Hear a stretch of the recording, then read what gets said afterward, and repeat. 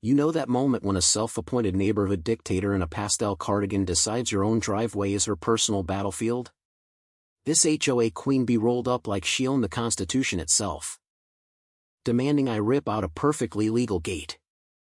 What she didn't count on was that quiet mechanic she'd spent years bullying had been keeping receipts, and a steel trap was about to snap shut on her whole fake kingdom. The afternoon sun beat down on Maple Grove Estates, the kind of cookie-cutter suburban paradise where every lawn is mowed to military precision and every mailbox matches the HOA-approved beige. I was halfway through bolting the last hinge on my new black wrought iron gate when the click-clack of sensible heels on concrete announced trouble. I didn't even turn around at first. I already knew the perfume, something expensive that somehow still smelled like entitlement. Ryan Callahan. What in heaven's name is this monstrosity? Karen Whitaker, president of the Maple Grove Estates HOA for 8 glorious years, stood there in her signature pearl necklace and a cardigan the color of forced politeness. Late 50s. Hair sprayed into submission, and a smile that never reached her eyes. She'd been gunning for me ever since I refused to repaint my work truck community-approved neutral. Last year she'd circulated a petition calling me that antisocial mechanic who lowers property values. Nice touch. I wiped the grease off my hands and turned slowly. It's a gate, Karen. For my driveway. On my property. Her eyes narrowed behind oversized sunglasses that probably cost more than my monthly mortgage. You didn't submit a modification request. The CCRs are very clear about fence additions that don't obstruct public access or community property, I finished calmly. This one doesn't. It's not blocking the sidewalk. It's not painted hot pink. It's just a gate. She pointed a manicured finger at it like the thing had personally insulted her ancestors. It changes the aesthetic. We have standards in Maple Grove. Harmony. Cohesion. You can't just. I smiled. The small, tired kind you give someone who's about to learn a hard lesson. Funny. Last year when you fined Mrs. Alvarez $250 for having the wrong shade of mulch, you called it protecting our investment. Now a man wants basic security on his own land and suddenly it's a crisis? Karen's lips twitched. She hated being quoted back at her. An hour later, while I was installing the keypad, a sheriff's deputy rolled up, right on schedule. Karen must have speed-dialed him the second she left. The officer looked like he'd rather be anywhere else. Sir, we received a complaint about unauthorized construction blocking access, he said. Sounding bored. I gestured at the gate. My driveway. My plat map. Want to see it? Karen stormed up, arms flapping like an angry swan. He's barricading the neighborhood.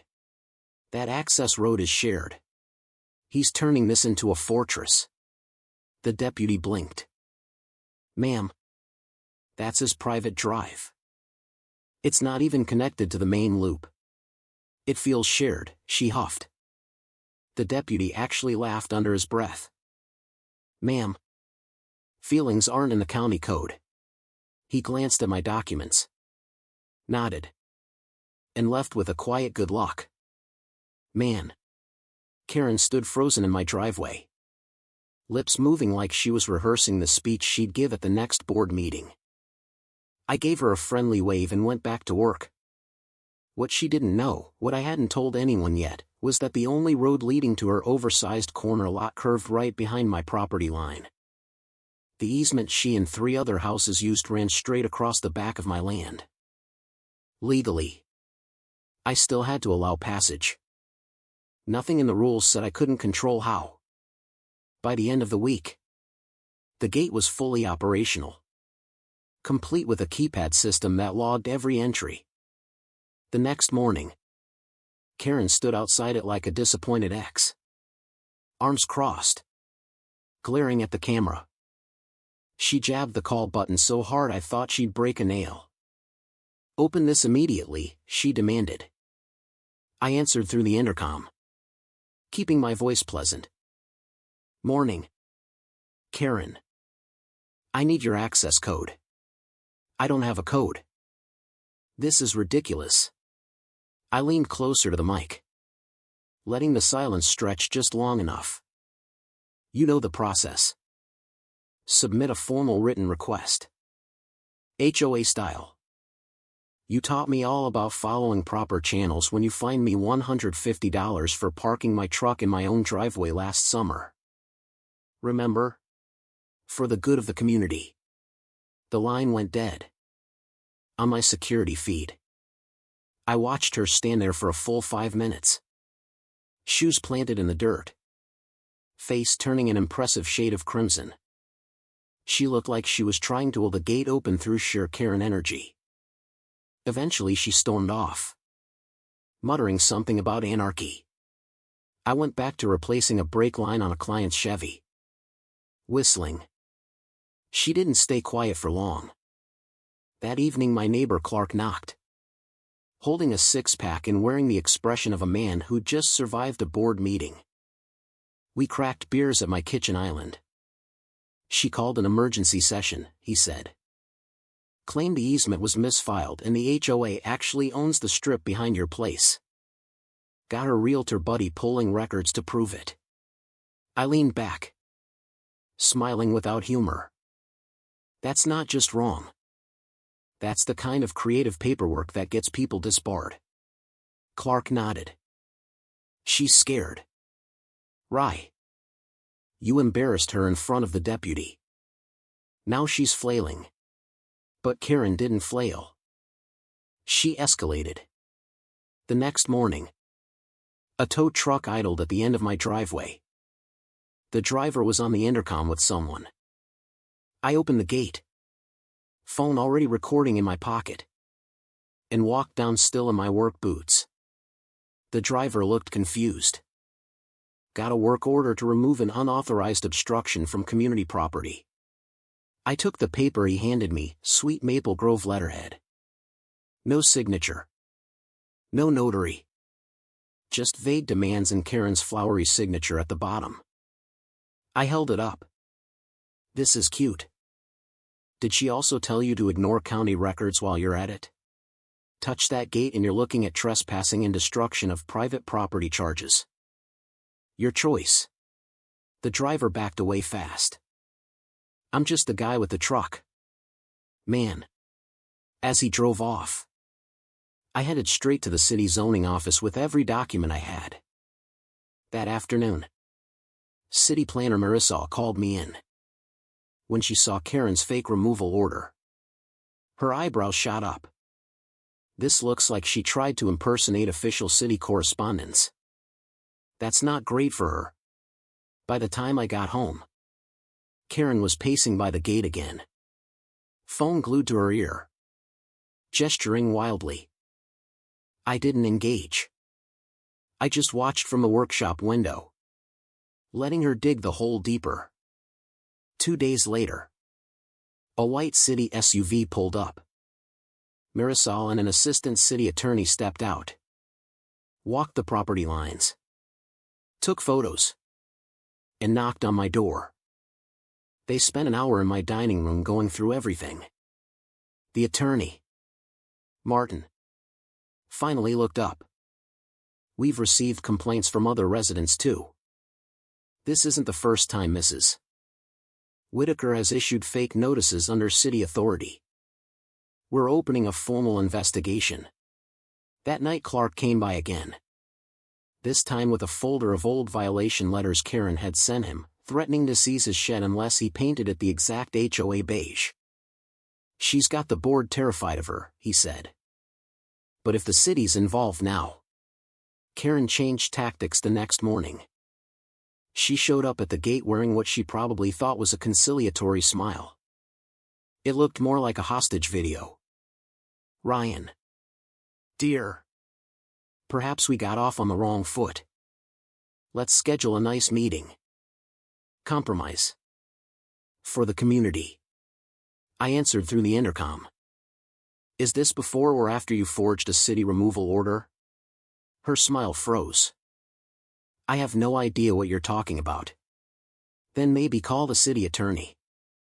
He seems to have plenty of ideas. Oh. And by the way, the code system's getting updated. Anyone wanting continued access will need a formal easement agreement. Including you. You can't do that, she hissed. The mask slipping. Watch me. You taught me the rules. Karen. I'm just playing by them now. She stormed off. That night I updated the system, individual codes. Full logging. Traceable everything. 3 days later. A sheriff's deputy knocked. Another complaint about blocking community access. I showed him the footage. The city letter. The easement deed. He read it twice. Shook his head. And said, "You're good. Actually, we might need to talk to her." An hour later. A cruiser sat in front of Karen's house. I watched from my window as she was questioned on her perfect lawn. Her voice carried across the street, high-pitched. Defensive. The sound of someone realizing the ground was shifting under her sensible heels. Neighbors' blinds twitched. The group chat lit up. Half the board resigned within days. Karen tried spinning it as a smear campaign by disgruntled residents. I just kept collecting evidence. Then came the part that still makes me smile in the darkest way. One night at 3:42 a.m. My security system pinged. The footage showed a hooded figure slipping through the shrubs. Approaching the keypad with tools. They worked on it for about 40 seconds before vanishing. They hadn't entered a code, they'd tried to bypass it. I saved everything. Called the non-emergency line. And handed over the flash drive and a snapped piece of wire I'd found in the gravel the next morning. The deputy's expression changed when she saw the tool. That's not amateur stuff. Locksmith grade. 2 days later. The county investigator sat in my kitchen. Print came back. Anton Merrick. Local locksmith. Also happens to be Karen Whitaker's nephew. I let out a low whistle. Family business. Huh. He nodded. He flipped fast. Said she told him the gate was illegal and she had authority to remove it. We've got a warrant. The next morning. Half the neighborhood watched an unmarked cruiser pull up to Karen's house. She came out clutching a folder. Still trying to argue as the officer read her rights. Papers scattered across her perfect lawn like confetti at a very sad parade. Her face, pale. Eyes wide. Mouth opening and closing like a fish, will stay with me forever. That was the moment the Queen realized the peasants had stormed the castle. The HOA board collapsed. The city took over interim management. A professional firm stepped in. And the civil suit, led by me as primary plaintiff on behalf of over 60 households, revealed Karen had funneled more than $30,000 in dues into a ghost vendor account.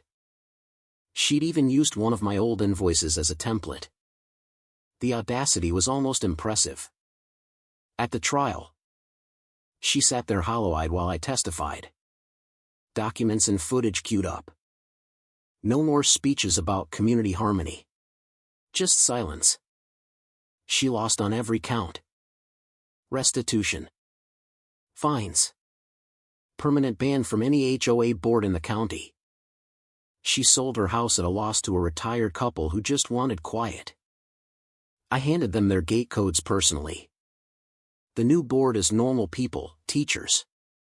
Nurses. A retired electrician.